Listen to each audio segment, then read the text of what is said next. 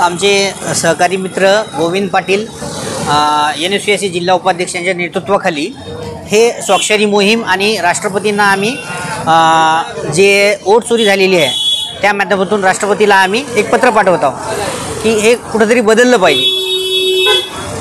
प्रत्येक भारतीयाचा हक्क जे आहे आपण हिरावून घेत आहोत आणि हे वोट चोरी हे देशाला न परवडणारी आहे।